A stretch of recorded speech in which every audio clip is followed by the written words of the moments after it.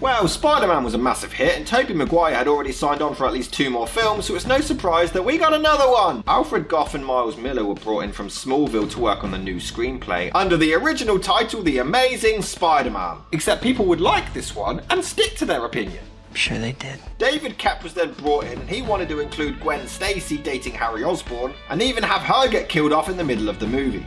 This is the second film in a row now where they've wanted to introduce Gwen Stacy just to kill her off. What's Sony's beef with Gwen? If she only knew how I felt about her. However, in September 2002, Michael Chabon was hired to do some rewrites in which he actually had Dr. Octopus a lot younger and becoming in love with Mary Jane. He would have created his demonic invention as we see in the movie, but initially uses it for good, saving a victim of a mugging, but then it scares MJ, which causes the turn. It would have also turned out that he was responsible for the spider who gave Peter his powers in the last film, and that he would even have an antidote which removes the powers as well. He would have then joined forces with Harry, who's still hellbent on revenge, which to be fair does make it into the final film. But they also put a $10 million bounty on the head of Spider-Man, causing the entire city to try and turn against him. However, Sam Raimi wanted to focus more on Peter's conflict with what makes himself as Peter Parker happy against his responsibilities as Spider-Man. Now you may think this sounds very similar to Superman 2. In both films, the characters reveal their identities to the woman of their dreams, both the characters temporarily lose their powers, both retire as superheroes to try and live a normal life and then have to figure out a way to get them back to save the day, both feature supervillains trying to pair up to take down the hero, and Raimi did admit that he was heavily influenced by the Richard Donner film, though it was also inspired by the 1967 comic book The Amazing Spider-Man number 50. Despite the age and some plot elements being changed, they decided to keep Doc Ock as the main villain, but his backstory completely altered to make him a mentor to Peter and to have him not just be a crazy scientist but more of a sympathetic one who just needs help battling his demons. Yeah, like this!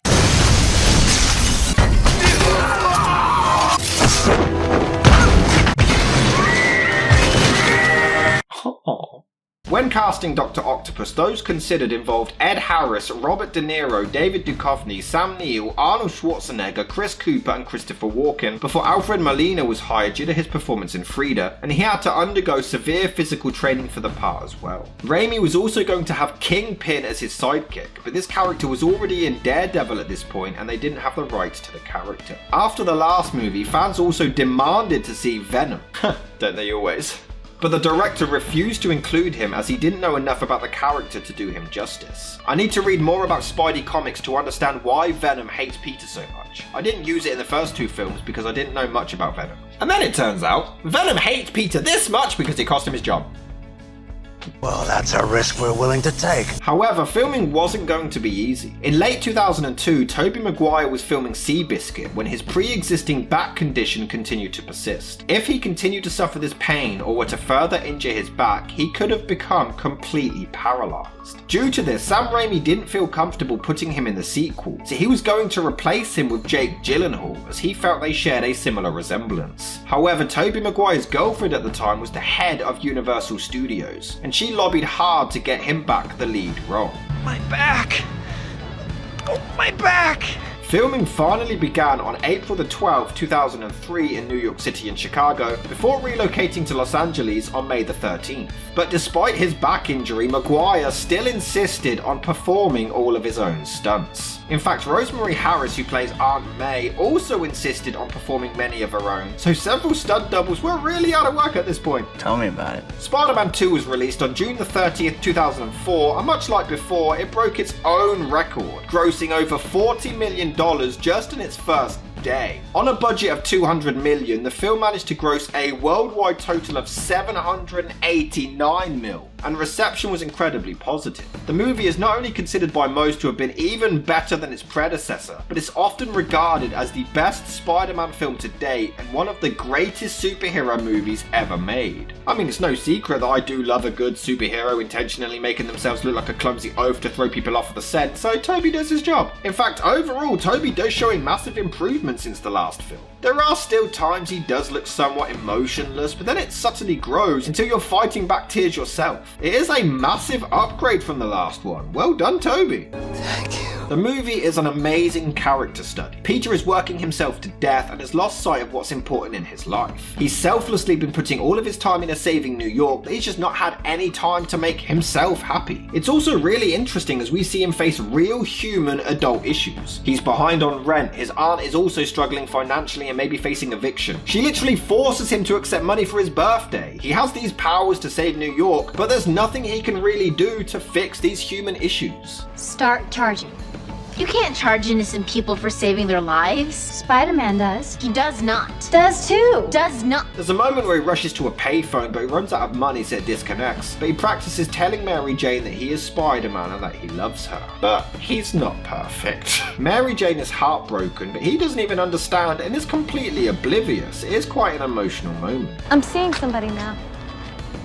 You mean like a boyfriend? Well, yeah.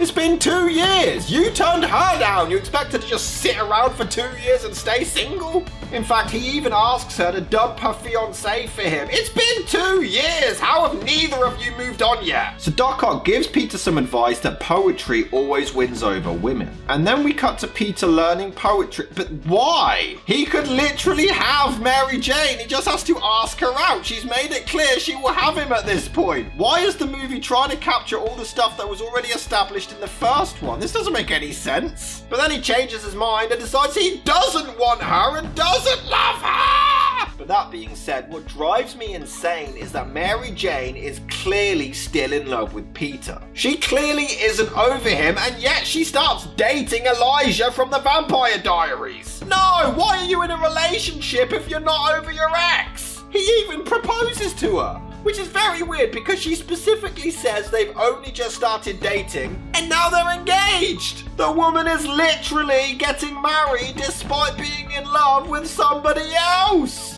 You want to get some chow mein? Peter, I'm getting married. Sorry, I didn't realize that the Chinese put a rule in place where you can't have their food if you're engaged.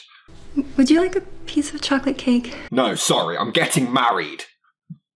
Slut. She even gives him a kiss to see if it's the same and then looks disappointed. This is awful! And then despite being engaged to an original vampire, she tries to cheat on the poor fellow with Peter! This woman cheats on everyone she ever gets with! And when they're reuniting at the end, the dude is hugging and kissing her and she's just eyeing up Peter the whole time. This isn't no wholesome ending, this is terrible. And she even still proceeds to have the wedding. She waits until he's down the aisle and then decides to stand him up. What the fuck? This is a terrible woman who makes Padme seem like wife material. Mary Jane Watson is one of the most unlikable slut bomb bitch queens in movie history. But okay, Jameson here is pretty funny. But no, fuck her! She even runs away with a big smile on her stupid fucking face. I just broke a man's heart.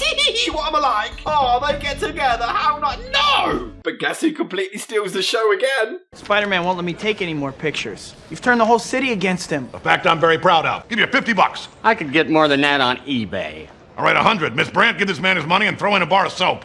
Boss, your wife's on the line. She said she lost a checkbook. Thanks for the good news. What are we gonna call this guy? Dr. Octopus. That's crap. Science Squid? Crap. Doctor Strange. That's pretty good. But it's taken. I really need the money. Miss Brandt? Yes. Get me a violin. Where were you? Photographing squirrels? You're fired. Chief, the planetarium party. Oh, right. You're unfired. I need you. Come here. I'll give you 150. 300. That's outrageous. Done. Guy named Otto Octavius winds up with 8 limbs. What are the odds? Spider-Man was a hero. I just couldn't see it. He was a thief! A criminal! Although I swear his assistant or whatever he is has a huge crush on Spider-Man. Where the hell did you get that? In the garbage. I heard Spider-Man was there. Where were you? You spend any more on this thing, you can pick the daisies off my grave. Get plastic. How's he do it? Harry is hellbent on Revenge! against Spider-Man, and it is a pretty generic arc, but it works. He's obsessed to find out the hero's identity, but Peter refuses to help. Sometimes James Franco's acting, however, does leave a lot to be desired. I'm ruined. I have nothing left except Spider-Man. He saved your life, sir. He humiliated me by touching me. Can't believe I didn't get an Oscar for 127 hours. Piss me off your loyalty to Spider-Man and not your best friend. Dude, you stole his girlfriend! Don't act like you're my friend. You stole MJ from me. You stole her first! Harry does fade into the background of the movie for a while, but it still works quite well. It doesn't feel overcrowded with characters or plot points. You killed my father. There are bigger things happening here than me and you. Oh, and also, no I didn't. Why doesn't he just explain it right now? It doesn't take this long! Why is it taking him 2 years and they've not even had a conversation? He just makes himself look even more guilty. The arc is pretty solid as he's torn between his dad and his best friend for a nice teaser of him becoming the new Green Goblin. The funny thing is, Willem Dafoe wasn't even supposed to do this cameo. He was walking home one day and saw the cast and crew filming, so he stopped by to say hello and they gave him the role. You're such a mystery. I thought you realised he was Spider-Man at the end of the last film. I don't know how nobody else has figured it out yet though, considering the idiot literally washed the Spider-Man costume in a public laundromat and does shit like this in public and nobody questions it. Work out, plenty of rest, you know, eat your green vegetables. Okay, a little funny. How Peter vanishes and then Spider-Man shows up and nobody questions it? Twice! Too few characters out there flying around like that, saving old girls like me. While you run away like a pussy. Speaking of which, Peter, where the fuck did you go, you coward? And he just walks around showing everyone his face willy-nilly. His powers start to fade, so he goes to see a doctor, but yeah, this is actually hilarious how obvious he makes it that he's actually Spider-Man. But it's even funnier that the doctor barely reacts, he doesn't even seem surprised. So you're Spider-Man? In my dream. Well, actually, it's not even my dream, it's a friend of mine's dream. But he also acts like he definitely put 2 and 2 together and knows that Peter is Spider-Man. Maybe you're not supposed to be Spider-Man climbing those walls. That's why you keep falling. But this is one part I really dislike, because it just doesn't make any sense and makes Spider-Man just seem like a massive pussy. This was from the Unmasked by Dr. Octopus story, where Peter suffers an illness that saps his strength and drained his powers, and as explained in the original script, Doc Ock would have deliberately removed his powers from him, but in the movie, that's not there. Now, he doesn't lose them completely. His vision goes, he has webbing occasionally, whenever the plot needs him to, I guess. He loses his strength, although he can still survive falls like this, so I guess he has his strength sometimes, I don't know. He struggles to stick to walls, but it's very random, the powers come and go. Now it's suggested that this is because Spider-Man has overworked himself and he has become stressed and he's not completely focused. But that makes no sense. So what, superheroes' powers are psychological now? Can you just imagine that conversation? Superman, quick! General Zod is destroying Metropolis! I can't, Mr. President. I've had a very hard day. I need some me time right now. What kind of superhero loses their powers because they're overworked or stressed? Unless you're Batman and you're actually human, it doesn't make sense. But even when he focuses, it still doesn't work. The fact that the powers are psychological is just ridiculous. Don't get me wrong, it makes sense why he decides to quit life as Spider-Man and focus on himself and his own mental health, I get that. But the fact that his powers literally drain as well, it's bullshit. And then he randomly gets his powers back, but only when Mary Jane is kidnapped. I mean, this suggests what? That he only has his powers when he's needed? But that doesn't make sense, because then why didn't they come back when he was needed in the burning building? Or trying to protect May in the bank? His powers drained then as well. Why did this happen? It doesn't make any sense. Did they even think this through? Although technically his powers came back like 2 minutes earlier. It's not even like he was focusing either. He was just out for lunch and then all of a sudden they've kicked back in. Does he need Mary Jane to have power? Well, that can't be the case because she's kidnapped and he still has them. I don't understand. Raindrops keep falling on my head. People are being mugged, raped and killed. And I guess his lack of superpowers come with random unnecessary freeze frames. The fuck was the point in that? What am I supposed to do? Repaint those doors, mate. They're fucked. There is a very powerful scene where Peter witnesses someone being attacked and he's conflicted because he wants to help, but it's not his job. But we all know that he's a good person, so he's definitely going to... Wait, what are you doing? What the fuck? Get back there, you arsehole! He just walks away! It's even worse because in the comics, he actually does go and save the person. So the movie goes out of its way to deliberately make him more of an asshole. Shame on you. Oh hey, they got Bruce Campbell, that's nice. This is definitely a cliched scene now, but it is pretty funny for its time, and it was completely improvised by both actors. Looks uncomfortable.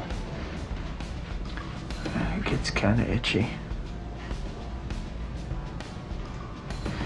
It rides up in the crotch a little bit too. But man, the New York Police Department must be on high alert at this point. It's another science experiment that has gone wrong and turns the guy evil. Aren't they starting to notice a pattern at this point? They do repeat the schizophrenic stuff from the last film, but in this one the device is literally altering his mind. It's actually horrific as the arms come to life and attack all of the surgeons. It's like a damn slasher film. Before it's ruined with...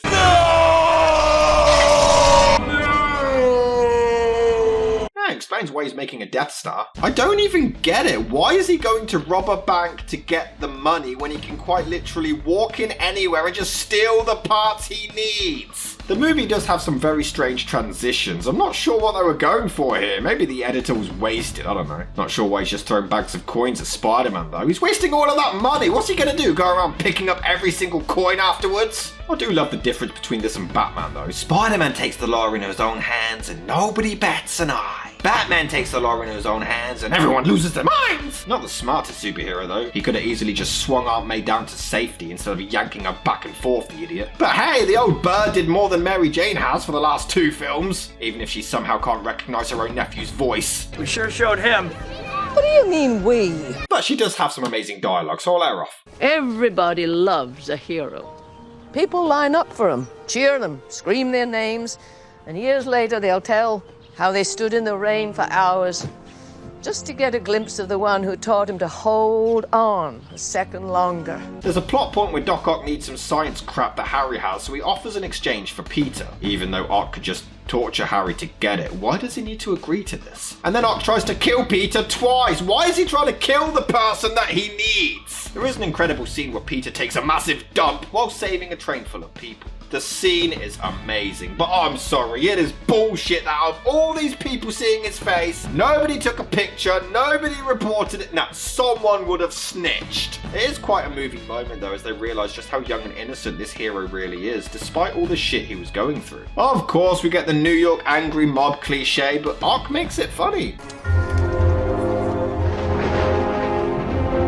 Yeah, the giant noisy octopus man is a master of stealth now. Him being electrocuted is fucking hilarious. And although his device drags anything metal inside it, including cars in the city, for some reason this doesn't include his metal claws. Tell me how to stop it. It can't be stopped. Oh shit, then I guess we're screwed. I mean, if there's absolutely no way of stopping it. Drown it. Oh, alright. Then you know why we can't be together. Spider-Man will always have enemies. But this would only make sense if you're determined to tell everyone that you're Spider-Man. I don't understand this logic. Spider-Man will have villains, but they're not going to attack people associated with Peter Parker unless they know Spider-Man is Peter Parker. I mean, he's going around telling people willy-nilly, so maybe that is his plan. Although some parts of the plot don't really do it for me, the story of Peter's struggles do make it. The action is great and the writing, for the most part, is on point, other than Mary Jane still being portrayed as a wonderful girlfriend. I'd sooner date Amber Heard! Regardless, Spider-Man 2 is a fantastic follow-up, and far superior to its predecessor.